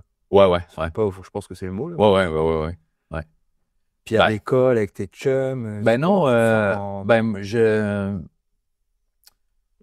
dirait que j'ai pas souvenir de le sentir. Je le savais, mais moi, j'étais le clown de la classe, j'avais des amis, j'étais sportif, je m'amusais, ça allait bien, mais je savais que j'avais une paire de souliers par année, puis ça faisait chier à ma mère de la payer plus de 100 $ parce que je jouais au basket à un bon niveau. Là, fait que c'était la seule paire qu'elle me payait. Puis c'était ça, mais tu sais, il y a eu à l'occasion des commentaires d'amis de c'est quoi ces souliers-là? Mais moi, ça me dérangeait pas, tu sais, mais c'était pas assez fréquent pour que ça me dérange. J'étais conscient, puis c'était tout. Puis là, tu as une fille de 15 ans. Comment tu l'éduques par rapport à ça? Vu que toi, tu as vécu ça, est-ce qu'elle est spoilée à fond? Non, ben tu sais, en fait, c'est que moi, j'y achète pas vraiment de cadeaux à ma fille. C'est des moments, là, surtout, là, tu sais. J'essaie de se faire comprendre que elle est chanceuse. Ma fille a voyagé plus que moi parce qu'on est séparés, là, moi puis sa mère. Fait que sa mère, à toutes les années, ma fille est allée en Europe, est allée au Maroc, est allée à Disney plein de fois, est allée partout, tu sais. Puis avec moi, on est allé aux États-Unis souvent, on est allé au Mexique, on est allé au Costa Rica, moi puis elle ensemble, puis on triple les deux sur le basket. Fait que nos gros cadeaux, c'est on va voir un match NBA, tu sais. Okay, ouais. Fait qu'on va à New York, ça nous coûte 2000$ l'aller-retour, là, tu sais. Mais c'est un beau moment. Ouais, mais je fais comprendre, t'es chanceuse, il y a plein de gens. J'ai jamais vécu ça. Mes premières games NBA, je les ai vécues avec ma fille. Ah ouais. Tu sais, je te paye ça pour me le payer aussi parce que je veux qu'on le vive ensemble, mais moi, j'ai jamais voyagé avant d'être avec la mère à ma fille. On n'avait pas voyagé, mes parents, on voyageait pas, là. On allait ni en camping, ni en voyage, ni c'était les zoo de Granby, nos vacances, là. Fait que j'ai commencé à voyager puis à dépenser un peu dans des trucs comme ça à l'âge adulte, à quand j'avais un petit peu de sous. Mais j'ai fait comprendre que, hey, des fois, elle me demande des trucs, là. Tout le monde à l'école a des Jordan, puis je suis un maniaque de shoes, puis j'en ai acheté un peu. Quand j'ai commencé à faire de l'argent, là, j'en ai acheté plein, tous des modèles que mes parents voulaient pas m'acheter. Ouais. Puis après, j'ai arrêté. Mais ma fille, là, elle le voit, puis tous ses amis à l'école, tu sais, c'est ça, ils ont tous des Jordan. Puis je dis, je t'en achète une paire, cool, mais tu m'achètes pas pour le reste de l'année d'avoir 4 autres modèles parce que tes amis l'ont. Je m'en fous des autres. Puis tu vas apprendre à t'en foutre toi aussi, puis tu travailles pas encore. Tu sais, elle a 15, elle veut son permis de conduire. Je dis là, ça fait des années, je paye tout. Tu sais, la BM, c'est sûrement elle qui va l'avoir. Mais je dis, c'est pas vrai que je vais payer ton cours, ton essence, tes changements de pneus, ton auto, ton permis. Non. T'as des plaques à payer, t'as des assurances. Hey, Comment c'est travaillé? faut que tu commences. J'ai parlé avec une fille, Annie et Mike, là. Dans le fond, c'est un couple, puis eux, ils ont 2 filles de 14 et 12 ans. Ils ont fait une consultation privée avec moi, puis ça a vraiment cliqué, là. Puis c'est ce que le gars disait, tu sais, les deux, ils ont un très bon salaire. Et c'est ce qu'il disait, leur fille de 14 ans. Il dit, même si tu travaillais, ta petite sortie que nous on te paye d'aller au Starbucks, d'aller avec tes amis, manger un truc et magasiner, tu pourrais même pas te le payer avec une semaine de travail à temps partiel parce que tu es aux études. Exact.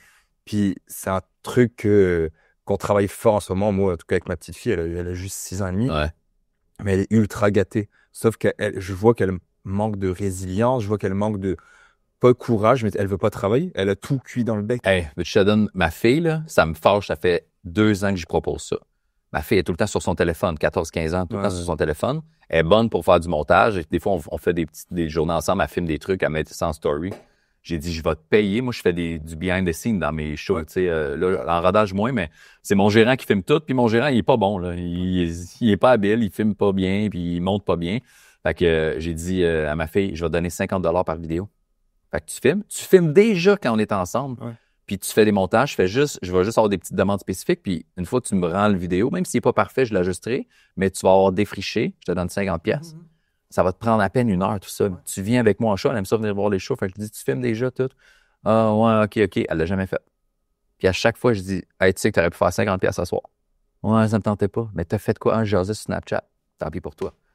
Fait que là, elle veut son permis. Je pense-tu, je vais tout te payer. Ça fait 1 an et demi, 2 ans, je te propose 50$ par show là, que je paye de ma poche, que pour toi, tu sais, 50$, là, c'est 3 heures de McDo, 4 heures de travail au McDo au Tim. Tu sais, c'est 4 heures de travail en moyenne pour une job normale d'étudiant.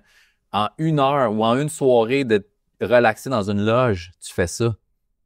Puis tu veux pas. C'est tough, les enfants, man. Fait que, tu sais, J'ai trouvé ça facile, le 2, le 4, le 6, Ouais. facile. Là, je suis vraiment confronté à des choses très... il reste plus beaucoup de temps, après j'ai un autre invité, mais ouais. je vis en ce moment avec Olivier, qui a, je te dis, elle va avoir 7 ans, là. Puis Catherine et moi, ma blonde, on est deux personnes ultra efficaces. Mais efficaces, on est un power couple, là. Quand on travaille les deux, là, man, ça va vite, on travaille bien, on aime, on exige l'excellence. Pas la perfection, mais ce que je vais être capable de fournir, je veux le fournir Au maximum. Ouais. Puis hier, c'est ce que je disais, je parlais avec ma mère, j'ai parlé longtemps. Puis j'étais comme, man, je suis sur le point d'abandonner. Je suis sur le point de dire, hey, c'est quoi, man? Tu veux ton téléphone le soir? Elle n'a pas de téléphone, mais je veux regarder la télé. Genre, Mais il faut pas que tu arrêtes. Moi, ma fille, elle a un temps d'écran, là. Elle a 1 heure et demie par jour. La semaine, 2 heures la fin de semaine. Je m'en fous que tes amis soient illimités. Je m'en fous complètement. Tu seras pas accro à ton téléphone. Déjà que elle se limite dans le jour parce qu'elle est à l'école. Ouais. Elle arrive le soir, puis elle est là pendant 1 heure et demie, là, tu sais, sur le divan. Je suis comme, hey, on est ensemble, là. Ouais. Puis moi aussi, là, à cette heure, je me mets à 8 heures, il tombe en mode nuit. Je prends plus d'appels. J'essaie de plus être sur les réseaux sociaux. Mais même pour nous, les adultes, c'est difficile, t'imagines, pour des enfants. Fait que, puis mon fils, il y a pas de tablette. Je sais pas si ta fille, elle a une tablette que zéro. Pas de tablette. J'ai vu des enfants là, accros, là, tu sais, puis c'est pire. Puis c'est prouvé, là, avec le temps aussi. Ça fait depuis 2005, le premier smartphone, là. C'est pire. Plus tu les laisses, plus ils sont désagréables, puis ils dorment mal, puis ils vont en avoir besoin de plus en plus. C'est une drogue pour eux. Moi, au resto, il n'y a pas de tablette. Zéro tablette au resto. Dans l'auto, pas de tablette, pas de téléphone. Même si on fait des longs coups, tout peu importe. Puis si elle n'est pas contente, tant pis. Mais tu sais, je dis abandonner, c'était pas dans le mauvais sens du terme. Non, mais je comprends que c'est dur. On a un bébé de 6 mois qui ne dort pas. Ouais. Une petite fille aussi. Donc, je suis fatigué. Moi, je fais des grosses journées, je fais de la consultation. Le soir, souvent, je donne des cours de jiu parce que j'ai mon gym. À un moment donné, je suis brûlé. Je fais mes trucs avec héritage, etc. À un moment donné, j'en ai beaucoup. Donc là, ma patience, je le sens que ma Ouais, patience ouais, ouais. est plus limitée. Puis, tu sais, on pratique l'anglais un peu à chaque jour, mais on dirait que elle s'en fout. Tu sais, elle est pas, Ouais. parce elle a pas eu elle doit pas faire preuve de travail parce qu'elle a tout. Puis, Ouais. t'es une fille unique pendant 6 ans. Bah, elle était élevée comme une fille unique, là. T'arrives pas à attacher ton manteau, on va te l'attacher, t'arrives pas à le faire, Ouais. je vais te le faire. Jamais on lui dit, bah, là, tu vas grinder, on va te regarder. C'est difficile, fais-le. On lui a jamais laissé avoir un moment difficile parce que on a toujours été là pour elle. Ouais, je comprends.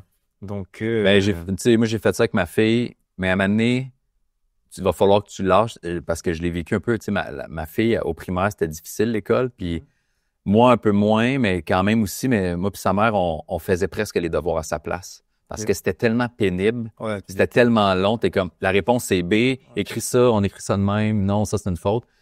Puis, elle a tout passé ses années, puis ça allait bien. Puis là, on s'est rendu compte, secondaire, elle a fait 2 ans de OK, attends, elle coule en maths, mais pas à 59, là, à 32 là. OK. Elle coule en français à 48 Là, t'es là, OK. Et on a tout fait pour elle, puis elle a rien rentré dans sa tête, là. Fait moi, j'ai dit, là, je m'occupe plus de toi, là. Là, tu vas en récup à l'école. Tu vas le midi en maths, en français. Elle a fait des cours d'été en maths secondaire 1, parce que sinon, elle coulait, là. Puis là, elle a réalisé. Là, elle a trouvé ça pénible, son mois de juillet, là. Elle est à l'école à tous les jours, là. Puis là, elle a compris, là. Puis là, l'an passé, c'était encore difficile, les maths, là. Mais tu sais, hier, elle était, j'étais allé en maths à midi. Là, je fais, t'as de la misère. Elle fait, non, j'avais rien à faire. Puis elle dit, je vais prendre l'avance. Comme là, elle comprend. Secondaire 3, elle commence à comprendre. Mais moi, j'ai dit, on recevait des mots des professeurs. Elle a de la difficulté. Puis là, j'ai expliqué, ça fait 6 ans de primaire qu'on fait tout pour elle. OK. Je suis désolé, là, il faut qu'elle apprenne. Si elle coule, elle coule. Puis c'est pas une, puis je me parle à moi, mais c'est pas une vie de les mettre dans du coton. Ben non. À Watt. Nous, c'est ce qu'on a fait. Ouais. Tu sais, c'est ce que ma bande hier, on a eu une grosse discussion. Puis, tu sais, moi, je suis pas méchant dans la vie. Vraiment, mais je trouve ça très difficile d'avoir des enfants. Beaucoup plus que je m'attendais. Ben oui, c'est dur. Beaucoup plus. Moi, on avait dit 0 à 5, c'est difficile. Puis, je Ouais. comme 0 à 5. Puis là, maintenant, en fait, t'es confronté à des choses où tu sais, des fois, elle rentre le soir. Puis là, ça a été, t'as joué un an, elle s'est moquée de moi. J'ai joué toute seule. Faut pas, ouais, ça, oui, ouais. J'ai joué toute seule à la récré parce que personne ne voulait jouer avec moi. J'étais comme, ouais. Ça, c'est difficile. Ça, c'est dur. Mon fils, à la garderie, il me dit ça des fois. Personne ne veut jouer avec moi. Je suis comme, man. Là, faut t'essayer de dire, c'est pas grave, t'es capable de jouer tout seul puis t'amuser, t'as pas besoin de personne. Mais en dedans, t'es comme, pauvre petit. C'est clair. Mais ouais, c'est dur, mais ça fait partie. Les enfants. Ouais. J'ai quelques questions avant de finir. Vas-y. Que je vais te demander. C'est, tu préfères avoir X ou Y? OK. Donc, il faut que tu répondes rapidement. Ouais. Tu préfères avoir une conversation avec Elon Musk ou Barack Obama? Conversation profonde. Barack. Barack. Ouais. Perdre ton argent ou perdre toutes tes photos? Oh là là. Perdre toutes mes photos. OK. Voyager partout sans avoir de chez toi ou rester chez toi pour toujours? Voyager partout. Ah ouais, non, l'inverse. Vivre dans le passé ou pouvoir voir ton futur? Je suis zéro à vivre dans le passé, moi. Fait que voir le futur, je suis tout le temps vers l'avant. Je suis zéro nostalgique. Travailler moins et gagner moins ou travailler plus et gagner plus? Ça, c'est une dure de question parce que je travaille vraiment beaucoup puis je gagne plus, mais c'est des cycles. Il y a des périodes où je travaille vraiment moins puis je fais plus pareil. Je vais dire quand même travailler moins, ça fait du bien d'avoir du temps pour moi. Passer 1 an sans téléphone ou sans voiture? 1 an sans téléphone. Pouvoir tout apprendre instantanément ou ne jamais oublier ce que tu apprends? Cette phrase-là. OK, pouvoir tout apprendre, jamais oublier ce que tu apprends, mais normalement, tu n'oublies pas tant ce que tu mets, tu oublies des détails. Ouais. Moi, tu me remets en secondaire 5, je veux le dire. Ouais, c'est vrai que...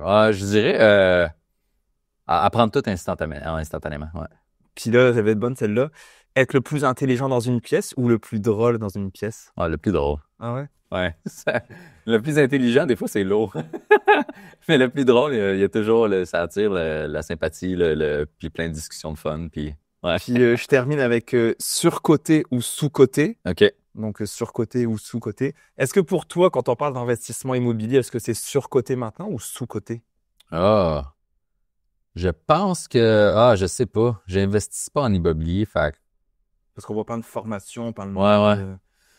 En fait, je pense qu'il y a beaucoup de formations de merde, fait que je dirais surcoté, mais je pense que si tu le fais bien, les gens comprennent pas à quel point ça peut être sous-coté puis très payant, ouais. Voiture électrique, surcotée ou sous-cotée? Surcoté. Surcotée. Surcoté. Je sais pas si t'as vu que, par un petit peu de politique, vite.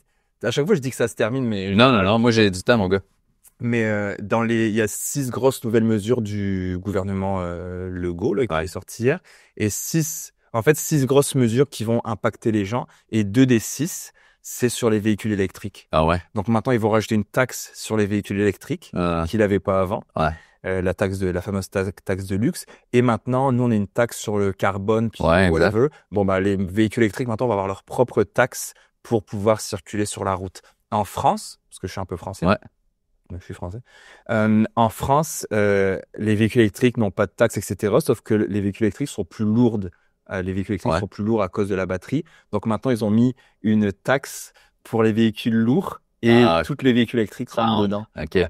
Puis, j'avais pas de véhicule électrique, mais je me disais, c'est pas possible que tout soit si beau. Ils vont se rattraper à un moment donné quelque part. Ben, moi, je suis tombé sur des extraits de gars au Québec qui font spécialistes en automobile. Ils ont des shows à la télé, là. S'ils testent des autos puis ils donnent des cotes. Il n'y a pas encore de façon claire et efficace de recycler les batteries. Puis il y a beaucoup d'autos électriques, dès qu'ils ont un petit accrochage, tombent perte totale. Parce qu'ils sont même pas capables de réparer une section, ça abîme tout le reste d'auto. Fait qu'une auto neuve électrique à 50 000, tu fonces dans quelqu'un, ça brise le devant jusqu'aux roues, là. Ouais. Ben, c'est une perte totale quand ça serait pas le cas normalement pour une auto à essence. Là. Fait que c'est rendu, on pensait que c'était don écologique, mais les batteries sont empilées, ils sont pas capables de les recycler comme il faut. Tu peux mieux recycler une voiture à essence, toutes ses composantes qu'une auto électrique. Tu sais, je dis tout le temps que si j'avais une baguette magique, mettons, j'avais un vœu avec le génie de Aladdin, j'aimerais ça, savoir les gros complots qu'il y a dans le monde après, mettons, la COVID qu'il y a eu, les politiques, les élections truquées, etc. Ouais. Puis une des choses, c'est ça aussi, c'est les voitures électriques.